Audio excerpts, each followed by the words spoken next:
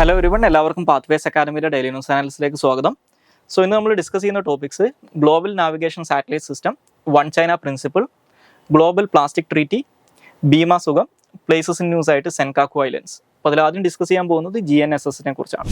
ഈ global navigation satellite സിസ്റ്റത്തെ കുറിച്ച് ഇപ്പോൾ നമ്മൾ ഡിസ്കസ് ചെയ്യുന്നതിൻ്റെ ഒരു കോണ്ടെക്സ്റ്റ് എന്ന് പറയുന്നത് നമ്മുടെ ഇന്ത്യയിൽ നാഷണൽ ഹൈവേസിലൂടെയുള്ള ടോൾ കണക്ഷൻ സാറ്റലൈറ്റ് ബേസ്ഡ് ആയിട്ടുള്ള ഇലക്ട്രോണിക് ടോൾ കളക്ഷൻ ആക്കി മാറ്റുന്നതിന് വേണ്ടിയിട്ടുള്ള ഒരു പ്രോജക്റ്റ് ഇപ്പോൾ സ്റ്റാർട്ട് ചെയ്തിട്ടുണ്ട്. അപ്പോൾ അതുമായിട്ട് ബന്ധപ്പെട്ട് ഇന്നത്തെ ഹിന്ദുവിൻ്റെ പേജ് 13 ഒരു ആർട്ടിക്കിൾ വന്നിട്ടുണ്ട്. ആ ഒരു കോണ്ടെക്സ്റ്റിലാണ് അതിനെക്കുറിച്ച് ഡിസ്കസ് ചെയ്യുന്നത്. ഈ ഗ്ലോബൽ നാവിഗേഷൻ സാറ്റലൈറ്റ് സിസ്റ്റം എന്ന് പറയുന്നത് ഓട്ടോണമസ് ആയിട്ടുള്ള ഗ്ലോബൽ പൊസിഷനിങ്, അതുപോലെ തന്നെ നാവിഗേഷൻ, ടൈമിംഗ് സർവീസസ്, ഇതൊക്കെ പ്രൊവൈഡ് ചെയ്യാൻ പറ്റുന്ന ഓട്ടോണമസ് ആയിട്ടുള്ള സാറ്റലൈറ്റ് കോൺസ്റ്റലേഷൻസിനെയാണ് ഗ്ലോബൽ നാവിഗേഷൻ സാറ്റലൈറ്റ് സിസ്റ്റം എന്ന് വിളിക്കുക. അപ്പോൾ നിലവിൽ ലോകത്തിൽ ഇത്തരത്തിൽ ഈ സർവീസസ് ഇത്തരത്തിൽ ഓട്ടോണമസ് ആയിട്ട് പ്രൊവൈഡ് ചെയ്യാൻ പറ്റുന്ന 4 സാറ്റലൈറ്റ് കോൺസ്റ്റലേഷൻസ് ആണ് നിലവിൽ സർവീസിലുള്ളത്. അതിലൊരെണ്ണം എല്ലാവർക്കും അറിയാവുന്ന USA GPS ആണ്, അല്ലെങ്കിൽ ഗ്ലോബൽ പൊസിഷനിങ് സിസ്റ്റം ആണ്. പിന്നെ ഉള്ളത് യൂറോപ്യൻ സ്പേസ് ഏജൻസിയുടെ ഗലീലിയോ എന്ന് പറയുന്നൊരു സാറ്റലൈറ്റ് സിസ്റ്റം ഉണ്ട്. അതുപോലെ തന്നെ റഷ്യയുടെ ഗ്ലോനസ് ഉണ്ട്.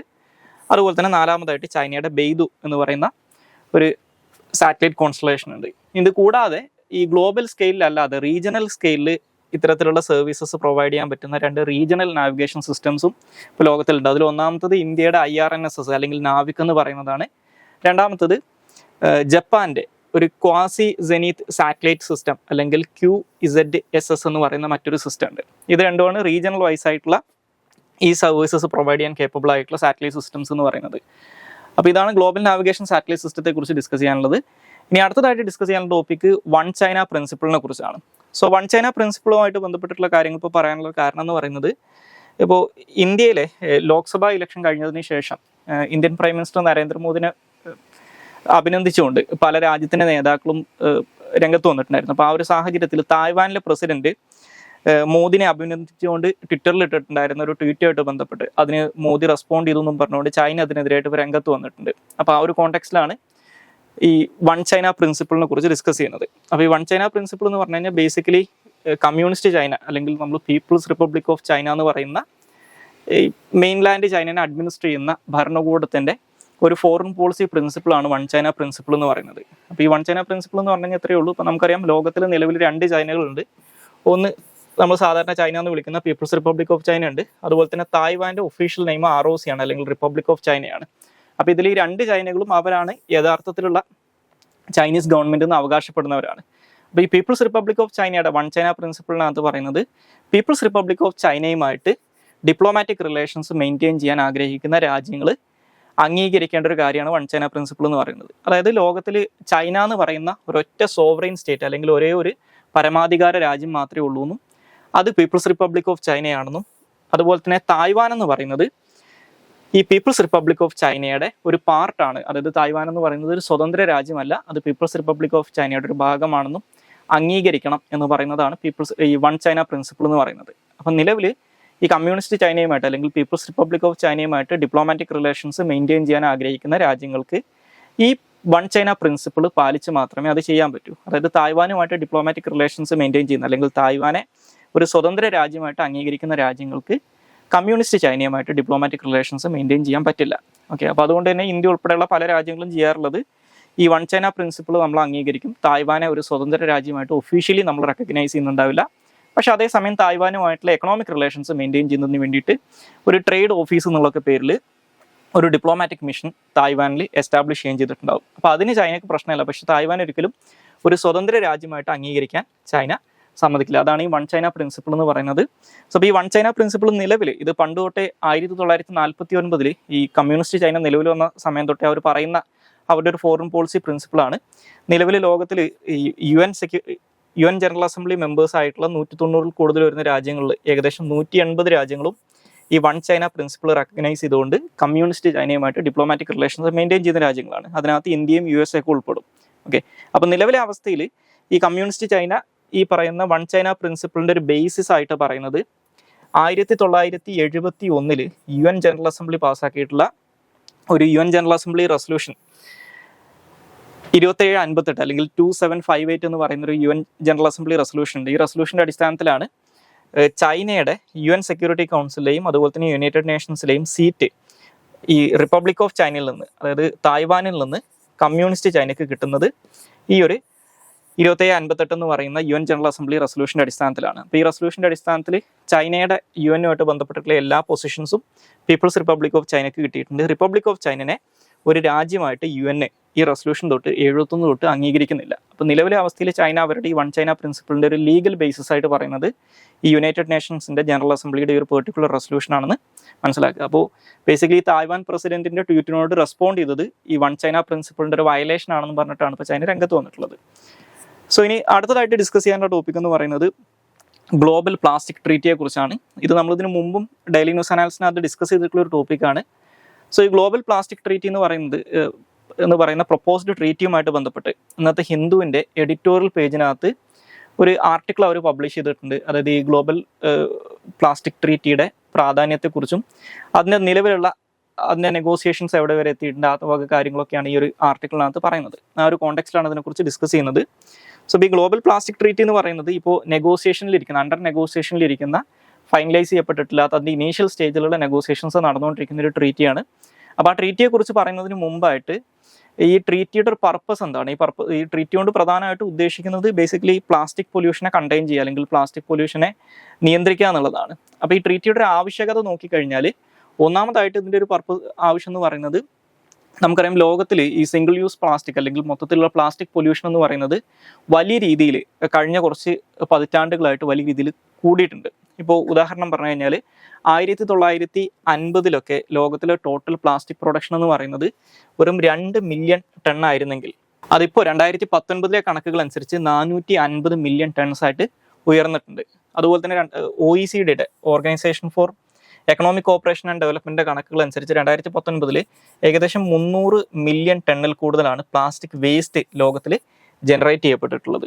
ഓക്കെ, അപ്പോൾ അത്തരത്തിൽ ഇത്രയധികം ക്വാണ്ടിറ്റി ഓഫ് പ്ലാസ്റ്റിക് പ്രൊഡ്യൂസ് ചെയ്യപ്പെടുന്നു. അതിൻ്റെ വാസ്റ്റ് മെജോറിറ്റിയും, അതായത് ഇത്തരത്തിൽ പ്രൊഡ്യൂസ് ചെയ്യുന്ന പ്ലാസ്റ്റിക്കിൻ്റെ ഒരു 9% മാത്രമാണ്, അല്ലെങ്കിൽ ലെസ് ദാൻ 10% മാത്രമാണ് റീസൈക്കിൾ ചെയ്യുന്നത്. ബാക്കി എല്ലാത്തിനും തന്നെ പ്ലാസ്റ്റിക് വേസ്റ്റ് ആയിട്ട് ഈ പറയുന്ന വേസ്റ്റ് ഡമ്പുകളിലോ അല്ലെങ്കിൽ മറ്റുള്ള വാട്ടർ ബോഡീസിലോ നമ്മുടെ പരിസ്ഥിതിയിലേക്കൊക്കെ ചുമ്മാ വേസ്റ്റ് ആയിട്ട് മാറുകയാണ് ചെയ്യുന്നത്. അപ്പോൾ അത് വലിയ രീതിയിലുള്ള എൻവയോൺമെന്റൽ ഇഷ്യൂസ് ക്രിയേറ്റ് ചെയ്യുന്നുണ്ട്. അതായത് നമ്മുടെ എക്കോസിസ്റ്റത്തിനകത്ത് ഒരിടത്തും ഇപ്പോൾ പ്ലാസ്റ്റിക് ഇല്ലാത്തതായിട്ടില്ല എന്ന് പറയാൻ പറ്റും. അത് തന്നെ അതിനകത്ത് ഏറ്റവും റിസ്കി ആയിട്ടുള്ള ഒരു ഫാക്ടറാണ് മൈക്രോ പ്ലാസ്റ്റിക്സ് എന്ന് പറയുന്നത്. അതായത് ഈ പ്ലാസ്റ്റിക്സ് ഡിഗ്രേഡ് ചെയ്യാൻ തുടങ്ങിക്കഴിഞ്ഞാൽ അത് ബിറ്റ്സ് ആയിട്ട് മാറിയിട്ട്, അതായത് പൊടിഞ്ഞ് നമ്മുടെ കണ്ണുകളൊന്നും കാണാൻ പറ്റാത്ത രീതിയിൽ വാട്ടർ ബോഡീസിലും എല്ലായിടത്തും ഇതെത്തുന്നൊരവസ്ഥയുണ്ട്. അപ്പോൾ ഇതാണ് ഇതിൻ്റെ ഒരു പർപ്പസ് എന്ന് പറയുന്നത്, അല്ലെങ്കിൽ ഇതിൻ്റെ ഒരു നീഡ് എന്ന് പറയുന്നത് ഇതാണ്. ഈ പ്ലാസ്റ്റിക് വേസ്റ്റ് വലുതായിട്ട് കൂടുന്നു എന്നുള്ളതാണ്. ഓക്കെ, മറ്റൊരു കേസ് എന്ന് പറയുന്നത് ഞാൻ നേരത്തെ പറഞ്ഞതുപോലെ ഈ പ്ലാസ്റ്റിക് വേസ്റ്റിൻ്റെ ക്വാണ്ടിറ്റി എന്ന് പറയുന്നത് ഒരു ഫ്യൂച്ചറിസ്റ്റിക് ആയിട്ട് നോക്കിക്കഴിഞ്ഞാൽ ഇപ്പോൾ 2024 തൊട്ട് 2050 വരെയുള്ള പ്രൊജക്ഷൻ നമ്മൾ നോക്കിക്കഴിഞ്ഞാൽ അത് ഏകദേശം 62% ഉയരാനുള്ള സാധ്യതകൾ ഉണ്ടെന്നാണ് പറയപ്പെടുന്നത്.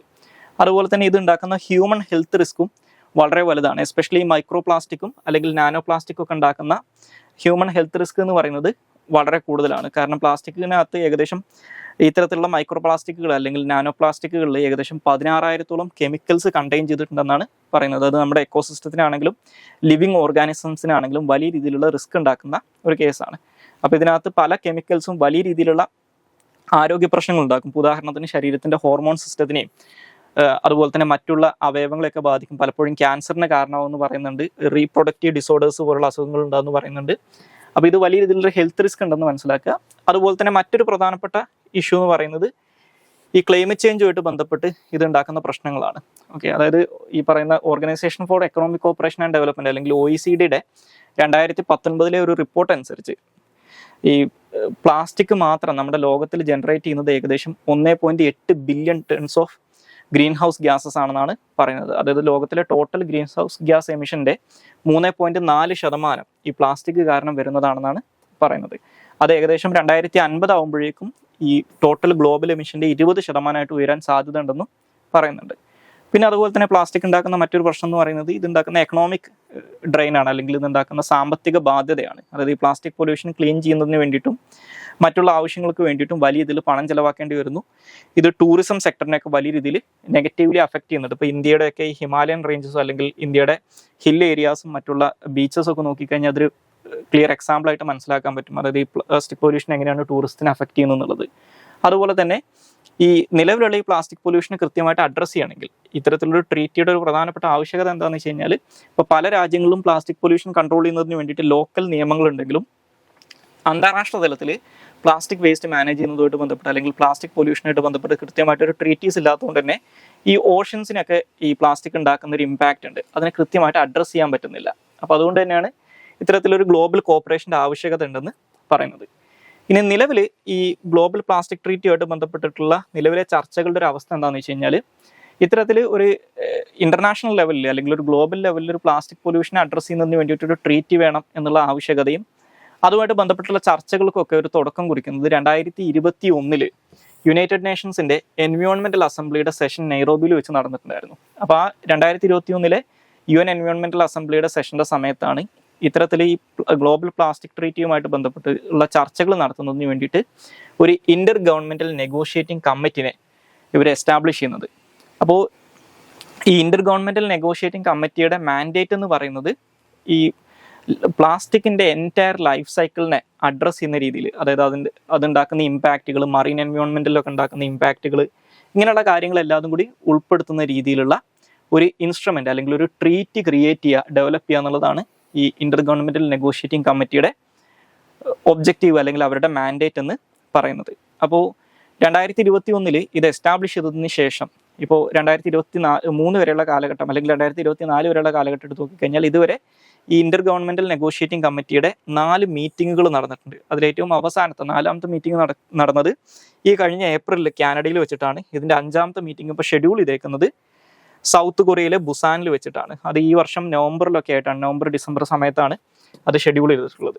ഓക്കെ, ഇനി അതുപോലെ തന്നെ 2022 മാർച്ചിൽ ഈ UN എൻവയോൺമെന്റൽ അസംബ്ലിയുടെ 2022 മാർച്ചിലെ സമ്മിറ്റിന്റെ സമയത്ത് അതും നെയ്റോബിയിൽ വെച്ചിട്ടാണ് നടന്നിട്ടുണ്ടായിരുന്നത്. സോ അപ്പോൾ ആ സമ്മിറ്റിന്റെ സമയത്ത് ഈ ഗ്ലോബൽ പ്ലാസ്റ്റിക് ക്രൈസിസിനെ അഡ്രസ്സ് ചെയ്യുന്നതുമായിട്ട് ബന്ധപ്പെട്ട് ഒരു ട്രീറ്റി, അതായത് ഈ പറയുന്ന ഒരു ട്രീറ്റി അഡോപ്റ്റ് ചെയ്യുന്നതിനെ ആയിട്ട് ബന്ധപ്പെട്ട് ഒരു റെസൊല്യൂഷൻ പാസ്സാക്കിയിട്ടുണ്ടായിരുന്നു. ആ ഒരു റെസൊല്യൂഷൻ ഏകദേശം 175ഓളം രാജ്യങ്ങൾ ആ റെസൊല്യൂഷന് അനുകൂലിച്ച് വോട്ട് ചെയ്തിട്ടുണ്ടായിരുന്നു. അപ്പോൾ ബേസിക്കലി ഇത്തരത്തിലൊരു ട്രീറ്റ് ക്രിയേറ്റ് ചെയ്യുന്നതിന് വേണ്ടിയിട്ട് ഇപ്പോൾ നിലവിൽ ഒരു യൂണിവേഴ്സൽ ആയിട്ടുള്ള കൺസെൻസസ് ഉണ്ടെന്ന് മനസ്സിലാക്കുക. ഇനി അടുത്തതായിട്ട് ഡിസ്കസ് ചെയ്യാനുള്ള ടോപ്പിക്ക് ഭീമ സുഖം എന്ന് പറയുന്ന IRDAയുടെ ഒരു പോർട്ടലിനെ കുറിച്ചാണ്. അപ്പോൾ ഇതുമായിട്ട് ബന്ധപ്പെട്ട് ഇത് അടുത്ത വർഷം ഏപ്രിലിൽ ഈ ഒരു പോർട്ടൽ ലോഞ്ച് ചെയ്യുന്നതായിട്ട് ബന്ധപ്പെട്ട ഒരു വാർത്ത ഇന്നത്തെ ഹിന്ദുവിൻ്റെ പേജ് 13 വന്നിട്ടുണ്ട്. ആ ഒരു കോണ്ടെക്സ്റ്റിലാണ് അതിനെക്കുറിച്ച് ഡിസ്കസ് ചെയ്യുന്നത്.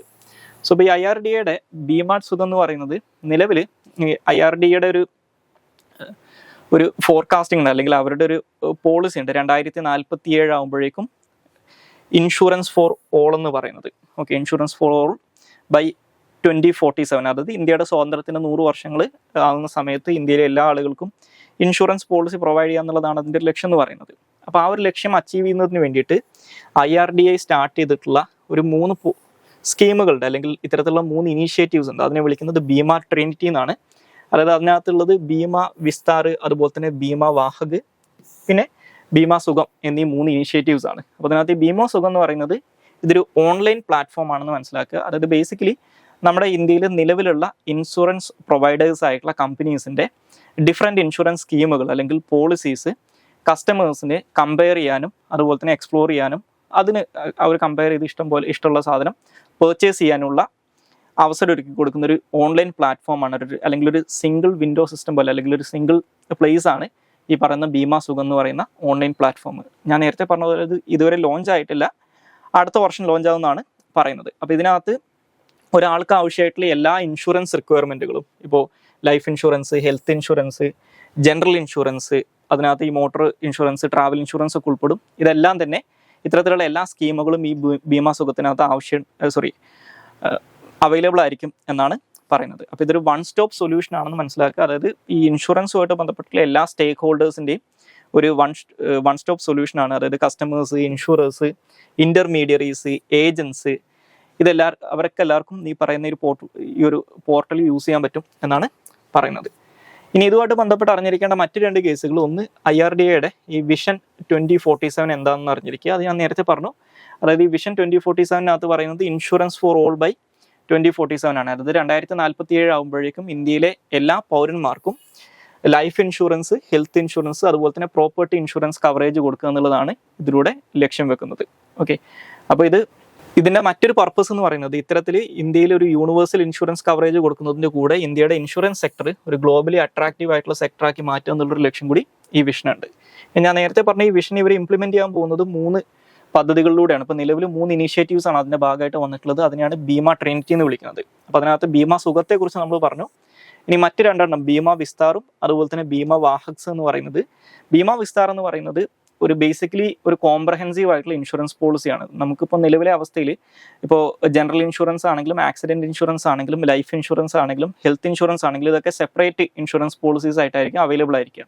അതിന് പകരം ഈ പറയുന്ന life insurance, health insurance, property, accident insurance ഇതെല്ലാതും കൂടി ഒരു ബണ്ടിലാക്കി ഒരു സിംഗിൾ പോളിസിയുടെ കീഴിൽ കൊണ്ടുവരുന്ന ഒരു കോംപ്രഹെൻസീവ് ബണ്ടിൽ ഇൻഷുറൻസ് പോളിസിയാണ് ബീമ വിസ്താർ എന്ന് പറയുന്നത്. ഓക്കെ, ഇനി അപ്പോൾ ഈ പറയുന്ന ബീമ വിസ്താർ പോളിസിയുടെ മറ്റൊരു അഡ്വാൻറ്റേജ് എന്ന് പറയുന്നത് ഇത് വളരെ പെട്ടെന്ന് ഇതിൻ്റെ ക്ലെയിംസ് ഒക്കെ വളരെ പെട്ടെന്ന് സെറ്റിൽ ചെയ്യാൻ പറ്റുന്ന ഒരു രീതിയിലാണ് ഇത് ഡിസൈൻ ചെയ്തിട്ടുള്ളത്. ഇനി രണ്ടാമത്തത് ബീമ വാഹക്സ് ആണ്. ബീമ വാഹക്സ് എന്ന് പറഞ്ഞു കഴിഞ്ഞാൽ ഒരു വുമൺ സെൻട്രിക് ആയിട്ടുള്ള വർക്ക് ഫോഴ്സ് ആണ്. അതായത് എസ്പെഷ്യലി ഇന്ത്യയിൽ റൂറൽ ഏരിയാസിൽ ഗ്രാമസഭ ലെവലിൽ വർക്ക് ചെയ്യുന്ന ഒരു വുമൺ സെൻട്രിക് ആയിട്ടുള്ള വർക്ക് ഫോഴ്സ് ആണ് ബീമ വാഹക്സ് എന്ന് പറയുന്നത്. അവരുടെ പർപ്പസ് എന്ന് പറയുന്നത് ബേസിക്കലി ഇൻഷുറൻസിൻ്റെ അഡ്വാൻറ്റേജസിനെ കുറിച്ച് അല്ലെങ്കിൽ ഇതിൻ്റെ ബെനിഫിറ്റ്സിനെ കുറിച്ച് ആളുകൾക്കിടയിൽ അവബോധം സൃഷ്ടിക്കുന്നതിന് വേണ്ടിയിട്ടാണ് ഈ ബീമ വാഹക്സ് എന്ന് പറയുന്ന ആളുകളെ ക്രിയേറ്റ് ചെയ്യുന്നത്, അല്ലെങ്കിൽ ഇത്തരത്തിലുള്ള ഒരു വർക്ക് ഫോഴ്സിനെ ക്രിയേറ്റ് ചെയ്യുന്നത്. അപ്പോൾ ബേസിക്കലി റൂറൽ ഏരിയാസിലൊക്കെ ഉള്ള സ്ത്രീകളെ, എസ്പെഷ്യലി സ്ത്രീകളെ ഇൻഷുറൻസ് പോളിസീസിൻ്റെ ബെനിഫിറ്റ്സിനെ കുറിച്ച് അവരെ പറഞ്ഞ് മനസ്സിലാക്കുക, അവരെ കൺവിൻസ് ചെയ്യുക. എസ്പെഷ്യലി നേരത്തെ പറഞ്ഞ ഈ ബീമ വിസ്താർ എന്ന് പറയുന്ന പോളിസിയുടെ അഡ്വാൻറ്റേജസിനെ കുറിച്ച് പറഞ്ഞ് മനസ്സിലാക്കി കൊടുക്കുക. അതിലൂടെ ഇൻഷുറൻസ് കവറേജ് എടുക്കാൻ അവരെ പ്രോത്സാഹിപ്പിക്കുക എന്നുള്ളതാണ് ഈ ബീമ വാഹക്സ് എന്ന് പറയുന്ന വുമൺ സെൻട്രിക് ആയിട്ടുള്ള വർക്ക് ഫോഴ്സിനെ കൊണ്ട് ഉദ്ദേശിക്കുന്നത്. അപ്പോൾ ഇതാണ് ഈ ബീമ ട്രിനിറ്റി എന്ന് പറയുന്ന 3 ഇനീഷ്യേറ്റീവ്സ്. ഇനി നമുക്ക് അവസാനമായിട്ട് ഡിസ്കസ് ചെയ്യാനുള്ള ടോപ്പിക് പ്ലേസസ് ന്യൂസ് ആണ്. അത് സെൻകാക്കു ഐലൻഡ്സ് ആണ്. സോ സെൻകാക്കു ഐലൻഡ്സ് എന്ന് പറയുന്നത് ഈസ്റ്റ് ചൈന സീയിൽ ലൊക്കേറ്റ് ചെയ്തിട്ടുള്ള ആൾതാമസം ഇല്ലാത്ത ഒരു ഗ്രൂപ്പ് ഓഫ് ഐലൻഡ്സ് ആണ്. സോ ഇത് ഈ സൗത്ത് ചൈന സീയിലുള്ള ചില ഐലൻഡ് ഗ്രൂപ്പുകൾ പോലെ തന്നെ ചൈനക്കും ജപ്പാനും ഇടയിൽ തർക്കത്തിൽ പെട്ട് കിടക്കുന്ന ഒരു ഗ്രൂപ്പ് ഓഫ് ഐലൻഡ്സ് ആണ് സെൻകാക്കു ഐലൻഡ്സ് എന്ന് പറയുന്നത്. അപ്പോൾ ഈ സെൻകാക്കു ഐലൻഡ്സിന് ഈ സെൻകാക്കു എന്ന് പറയുന്ന പേര് ഈ ഐലൻഡുകളെ ജപ്പാനിൽ വിളിക്കുന്ന പേരാണ്. ജപ്പാനിൽ ഇതിനെ സെൻകാക്കു ഐലൻഡ്സ് എന്നോ അല്ലെങ്കിൽ പിനാക്കിൾ ഐലൻഡ്സ് എന്നോ ആണ് വിളിക്കാറുള്ളത്. അതേസമയം ചൈനയിൽ ഇതിനെ ദിയായു ഐലൻഡ്സ് എന്നാണ് വിളിക്കാറുള്ളത്. അതുപോലെ തന്നെ ഈ ഐലൻഡിൻ്റെ മുകളിൽ ഉടമസ്ഥാവകാശം പറയുന്ന മറ്റൊരു രാജ്യമാണ് തായ്വാൻ എന്ന് പറയുന്നത്. അപ്പോൾ തായ്വാനിൽ ഇതിനെ വിളിക്കുന്നത് ടിയായോട്ടോയ് ഐലൻഡ്സ് എന്നാണ്. ഓക്കെ, അപ്പോൾ ഇതെല്ലാം തന്നെ ഒരു ഗ്രൂപ്പ് ഓഫ് ഐലൻഡ്സിൻ്റെ പേരാണെന്ന് മനസ്സിലാക്കുക. ഇതൊക്കെ ഒരു അൺഇൻഹാബിറ്റഡ് ആയിട്ടുള്ള ഈസ്റ്റ് ചൈന സീയിൽ ലൊക്കേറ്റ് ചെയ്തിട്ടുള്ള ഐലൻഡ്സ് ആണ്. കൂടുതലും ബാരൻ റോക്സും കാര്യങ്ങളൊക്കെയാണ് ഇതിനകത്തുള്ളത്. അപ്പോൾ പക്ഷേ ഇത് കൺട്രോൾ ചെയ്യുന്നത് അല്ലെങ്കിൽ ഇത് അഡ്മിനിസ്റ്റർ ചെയ്യുന്നത് ജപ്പാനാണ്. ഓക്കെ, ഇനി ഈ പറയുന്ന സെൻകാക്കു ഐലൻഡ്സിൻ്റെ ലൊക്കേഷൻ ഞാൻ നേരത്തെ പറഞ്ഞു. ഇതിൻ്റെ ലൊക്കേഷൻ എന്ന് പറയുന്നത് ഈസ്റ്റ് ചൈന സീ ആണ്. പ്രസന്റ്ലി ജപ്പാനാണ് ഇതിനെ കൺട്രോൾ ചെയ്യുന്നത്. പക്ഷേ ചൈനയും തായ്വാനും ഇത് അവരുടേതാണെന്ന് അവകാശപ്പെടുന്നുണ്ട്. ഓക്കെ, ഇനി ഇതിൻ്റെ അടുത്തുള്ള പ്രദേശങ്ങൾ നോക്കിക്കഴിഞ്ഞാൽ തായ്വാൻ്റെ ഒരു നോർത്ത് ഈസ്റ്റേൺ സൈഡിലായിട്ടാണ് സെൻകാക്കു ഐലൻഡ്സ് ലൊക്കേറ്റ് ചെയ്തിട്ടുള്ളത്. ചൈനയുടെ കേസിലാണെങ്കിൽ അവരുടെ ഒരു ഈസ്റ്റ് ആയിട്ടോ അല്ലെങ്കിൽ സൗത്ത് ഈസ്റ്റ് ആയിട്ടോ ഒക്കെയാണ് ഈ സെൻകാക്കു ഐലൻഡ്സ് ലൊക്കേറ്റ് ചെയ്തിട്ടുള്ളത്. ഇനി അതേസമയം ജപ്പാനിലെ ഒക്കിനാവ ഐലൻഡ്സിൻ്റെ വെസ്റ്റേൺ സൈഡിലായിട്ടും ഓക്കെ, അതുപോലെ തന്നെ ജപ്പാനിലെ തന്നെ ഒരു റൂക്യു ഐലൻഡ്സ് ഉണ്ട്. ഈ റൂക്യു ഐലൻഡ്സിൻ്റെ നോർത്തേൺ സൈഡിലായിട്ട്, അതായത് റൂക്യു ഐലൻഡ്സിൻ്റെ സൗത്ത് വെസ്റ്റേൺ എൻഡിൻ്റെ നോർത്തേൺ സൈഡിലായിട്ടാണ് ഈ സെൻകാക്കു ഐലൻഡ്സ് ലൊക്കേറ്റ് ചെയ്തിട്ടുള്ളത്. സോ ഇത്രയും കാര്യങ്ങളാണ് ഇന്നത്തെ ഡെയിലി ന്യൂസ് അനാലിസിനകത്ത് ഡിസ്കസ് ചെയ്യാനുള്ളത്. Thank you all.